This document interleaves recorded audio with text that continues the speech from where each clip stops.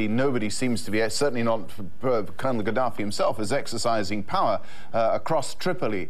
But so far, there is no sign of the embattled leader himself. Anti-Gaddafi forces admit they don't know his current whereabouts.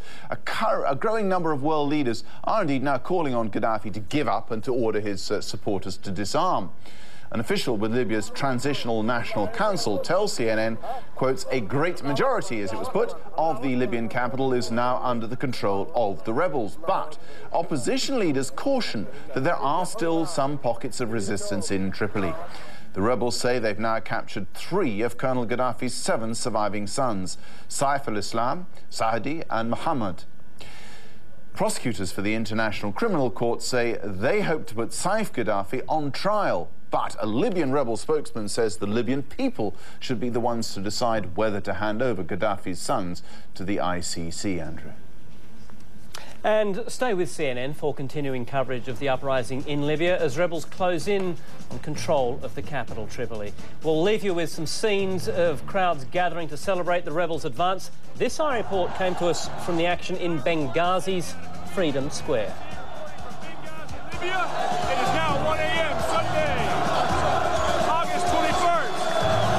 Quite possibly the first night of freedom for all of Libya. Freedom Square, Benghazi.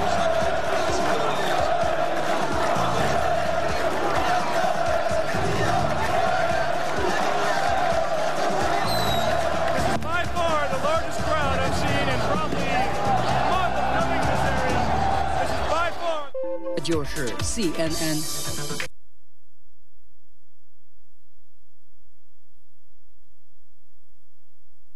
It is Monday, August 22nd. This is your AM wake-up call. I'm Carol Costello, joining you live this morning from New York. And I'm Zane Vergie, live in London. Our top story today could go down in history as the day a dictator's long, tight grip came to an end. Libyan rebels made fast and furious advances over the weekend. They claim they now control a great majority of Tripoli. It could be a mortal blow to leader Muammar Gaddafi's 42-year rule. Some of his forces are still putting up a fight. There have been reports of tank fire near Gaddafi's home. There is no sign of Gaddafi yet himself, but rebels are saying that they've got 3 of his sons, and opposition leaders already are making plans to govern. As you might expect, there are celebrations around the world. Libyans living in Manchester, England, took to the streets to celebrate the rebels' push into Tripoli. We've been suppressed for 42 years. Now we're tasting the freedom of speech, the freedom of movement, the freedom of everything. That means Libyan people are free, no longer suppressed, and Gaddafi, the dictator, he's out. His sons are being captured, and we can't describe the joy we're feeling right now.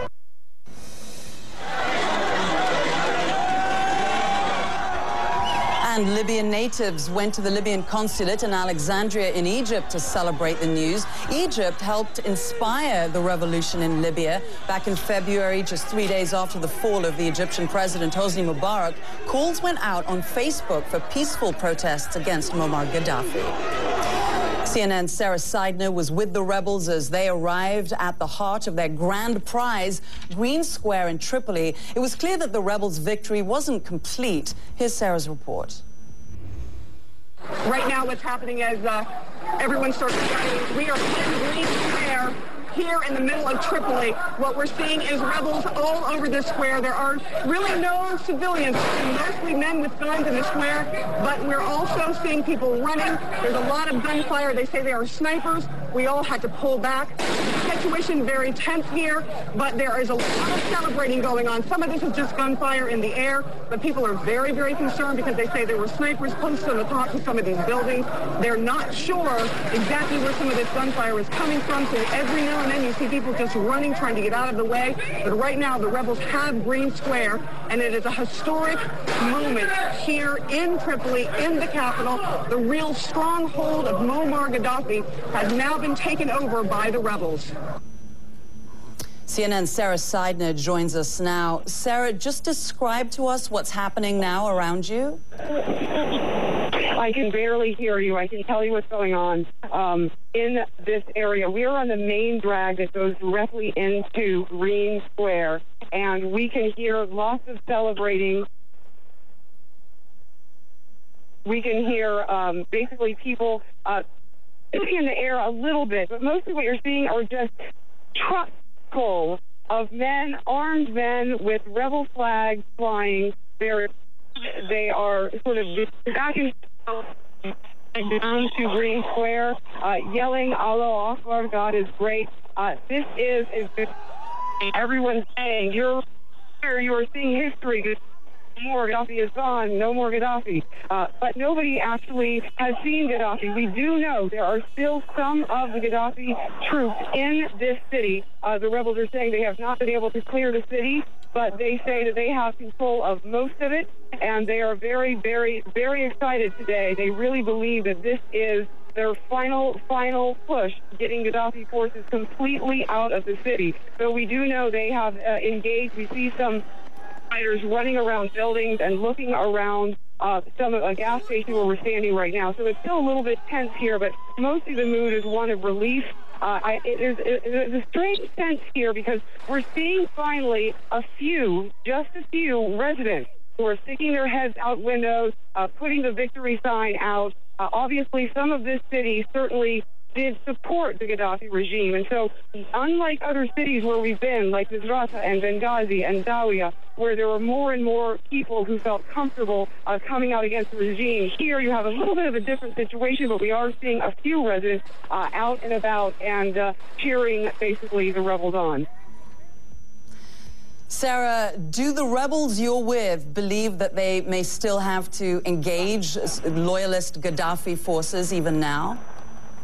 We actually came into the city, and this is significant, all without any kind of escort. We came into the city. We had hardly any trouble getting in. There were no checkpoints up until we got relatively close towards the city square. But yes, there is a certain amount of caution.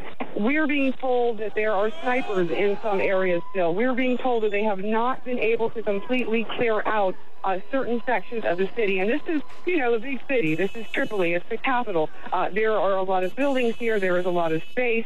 But mostly in the streets, all we're seeing are rebel cars filled with men holding guns, celebrating, waving the flag, and just a few residents around watching them as they go about trying to go street by street, looking to try and push out or find any of Gaddafi's remaining support and remaining troops. Sarah, this is Carol. I was just wondering, everybody's wondering where Muammar Gaddafi is. Is it possible that he could slip out of Tripoli? Anything's possible. But, the problem here is that the speculation goes wildly one way and then another. For a long time, there were rumors that he had already left. Then there were rumors that he was holed up in his compound, under his compound, in tunnels. I mean, the rumors are really rampant. And I think nobody really knows, except for his inner circle, exactly what is going on with him, where he is, what he's doing, what state he's in, what state his family is in. Again, after hearing of the arrest of his sons, this place just went absolutely wild overnight, but nobody yet has any solid information as to exactly where Muammar Gaddafi is. And just in looking forward, let's say Tripoli is completely taken by these rebels. What happens then? Who's in control? Well, that's a great question. What we're seeing in the streets is something very interesting, because we thought that they would be really wildly celebrating and shooting, as they have been in every single city, and doing donuts in the streets and just being a bit wild. And that's not what's happening here. It's almost as if these rebels did not expect this to come so soon. So they're kind of in the city looking around and trying to assess, but I think they're just as surprised as anyone that they've made it to the city so quickly. As for going forward, what kind of political mechanism will be put in place? Well, the National Transitional Council that was being put together in Benghazi with people from different tribal councils helping make up that group. They have had some issues. They have had to get rid of their executive committee because of the killing of one of the commanders of the rebel forces. But what we're seeing is a slow process of trying to figure out who is going to lead. The council has said what they will do is try to facilitate. They will be an interim government, but that those who are members of that council will not try and run for office. They want to have a free and fair election with a solid constitution that allows freedoms for their people. So this is going to be quite a process, but it's a very good question as to who will lead this country if indeed Muammar Gaddafi is captured, caught, or leaves the area.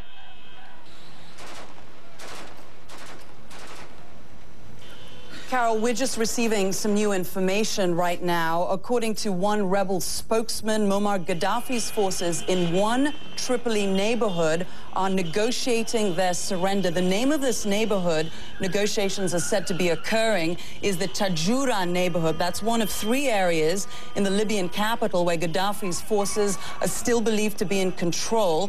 It's also the neighborhood that's home to a hospital, and Gaddafi forces are now asking to surrender. That, according to the rebel spokesperson right now. Carol? Things still very fluid right now. Thank you, Zain. The rebels say they have detained 3 of Gaddafi's sons. We've been telling you about that. One of them could end up in the Netherlands. Today, the International Criminal Court is working to bring Saif al-Islam to The Hague. He could be tried for crimes against humanity. Rebels say they've detained another Gaddafi son, Mohammed, at his home. Al Jazeera television reports one of its anchors was on the phone with Mohammed when rebels exchanged gunfire with guards. Listen to this clip from that phone call. I'm standing outside my house. I'm being attacked right now. There's gunfire inside my house. They're inside my house. Goodbye, goodbye, goodbye. Al Jazeera later reported that Mohammed Gaddafi and his family were not harmed, but their movements were under the control of rebel forces. The European Union is urging Gaddafi to step down without delay, and NATO says the sooner Gaddafi realizes he can't win, the better it will be for the Libyan people. The alliance has conducted about 7,500 strikes on Libya since the end of March to protect civilians from Gaddafi. Here's what a NATO spokeswoman said. Those responsible for starting the bloodshed in Libya are the Gaddafi regime, as the United Nations Security Council resolution made very clear. The mandate for NATO is to continue protecting civilians and civilian-populated areas against attacks and the threat of attacks.